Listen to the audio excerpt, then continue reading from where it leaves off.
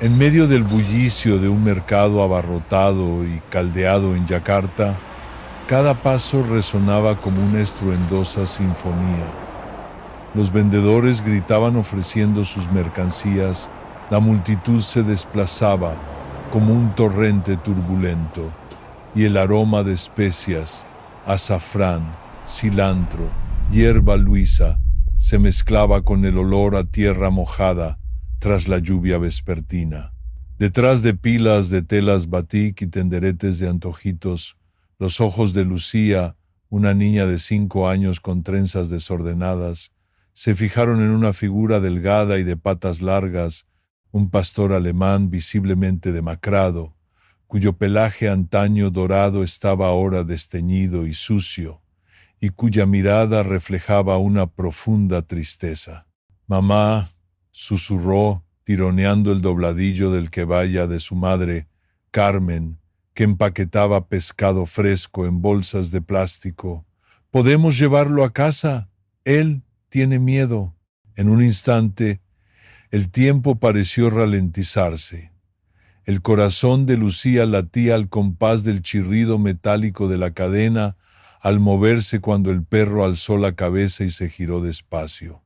Lo que ocurrió a continuación no fue solo un rescate, sino la semilla de una aventura que conmovería el corazón de todos los presentes.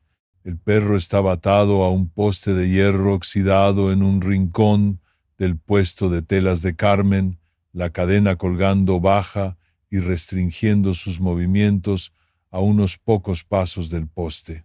Con cada soplo de viento que se colaba por las lonas del toldo, se oía un gemido contenido, como si el animal llorara en silencio.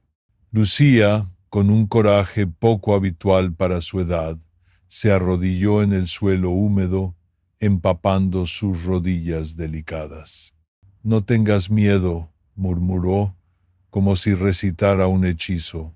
Con su dedito tocó con cuidado el pelo áspero. En cada hebra sentía la fragilidad de aquella vida. Alejandro, el nombre que surgió en su mente por evocar al héroe del Ramayana, apoyó el hocico en la mano de Lucía y su cola se movió una sola vez, como un suspiro de esperanza. Carmen se quedó paralizada, el pecho encogido, sin saber cómo intervenir.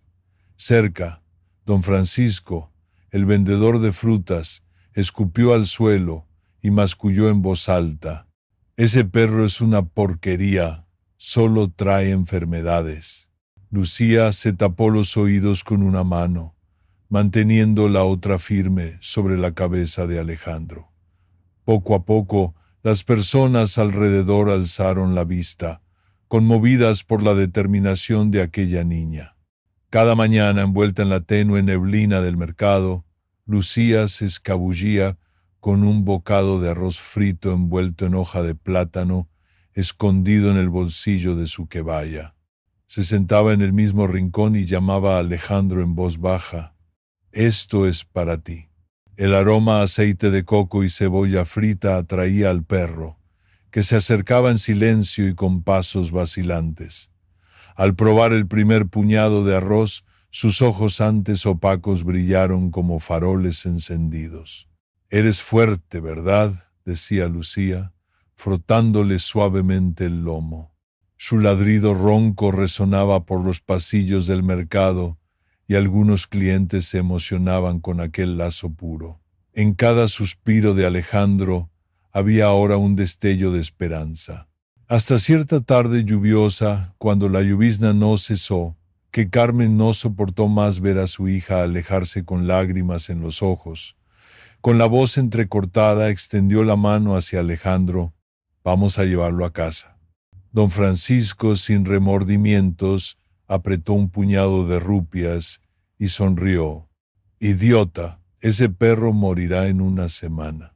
Cuando Alejandro llegó a la casita de bambú de la familia, sintió por primera vez la suavidad del suelo bajo sus patas, pero se mantuvo dubitativo, como si no confiara en aquel nuevo mundo.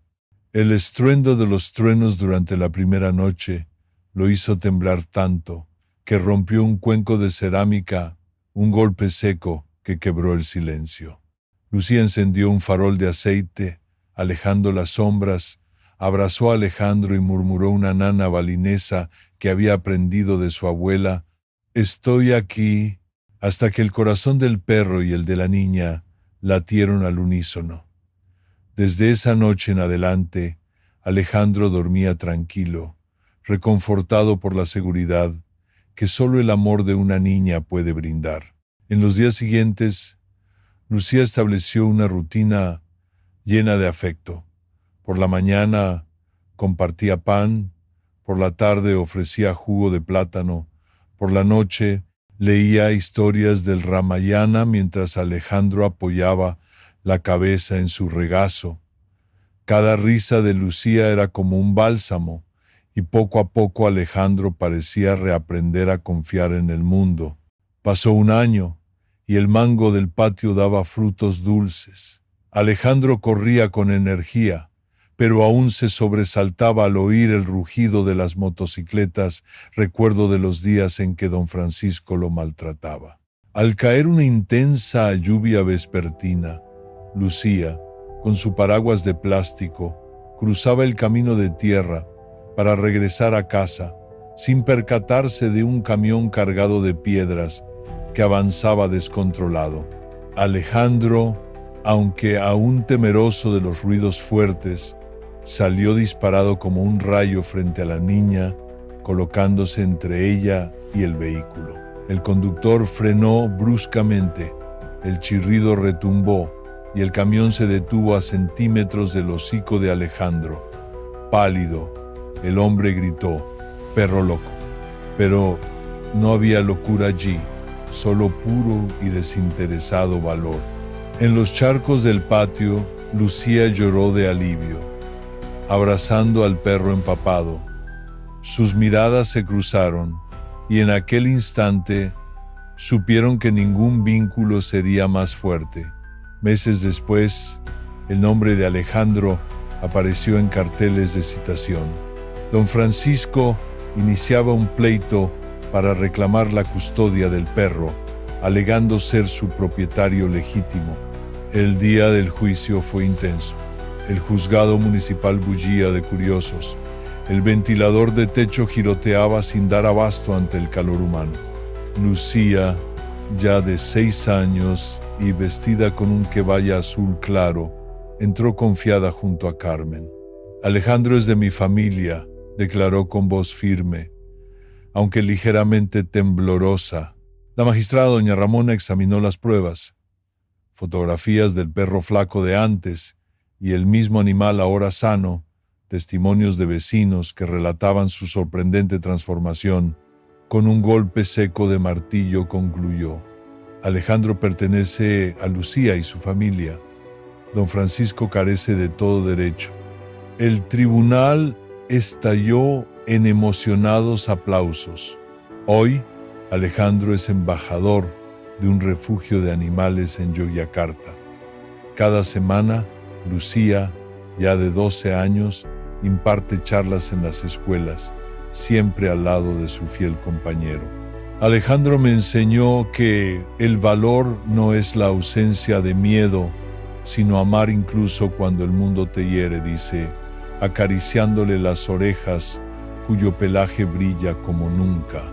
Mientras tanto, don Francisco cumple condena por maltrato animal.